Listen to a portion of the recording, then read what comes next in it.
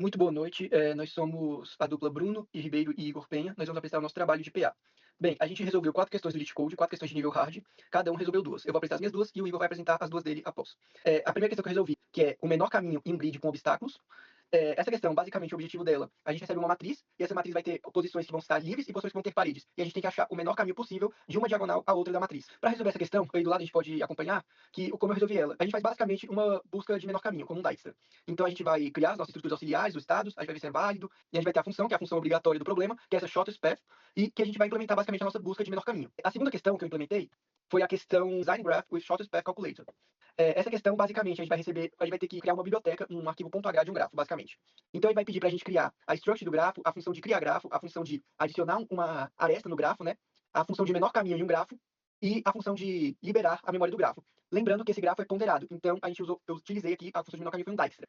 Perfeito, muito obrigado, Bruno. Então, agora eu vou continuar nossa apresentação falando aqui da nossa questão de achar pontos críticos e pseudocrítico. O que seria, né, achar o crítico em uma árvore mínima geradora. Se a gente tira, por exemplo, esse nó, que ele era obrigatório na nossa árvore mínima geradora, ele é um ponto crítico. Porém, se a gente tira essa aqui, que é opcional, ela é pseudocrítica. Então, aqui a gente tem a nossa função de comparar, que é a nossa função utilizada no Quicksort, para ordenar nossas arestas. Aí aqui a gente usou o cruscal, então a gente tem a nossa função de find e também a nossa de unir. A gente só vai aumentar a altura quando as alturas forem iguais, caso contrário, a gente só junta elas. Aqui está a nossa função cruscal, ela é adaptada porque a gente teve aqui o de pular e o de forçar, nossas flags. Por que a gente coloca isso? Porque a gente aqui, na hora que a gente construiu, né, na nossa solução, a gente vai ordenar as arestas e vai baixar a nossa árvore geradora mínima.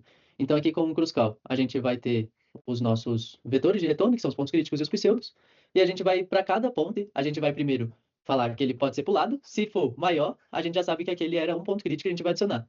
Se ele não for um ponto crítico, né, não foi maior, porém a gente vai fazer forçando aquele. Se forçando aquele, nossa árvore geradora mínima deu um peso igual, então era pseudo, que teria uma árvore geradora similar utilizando aquela aresta.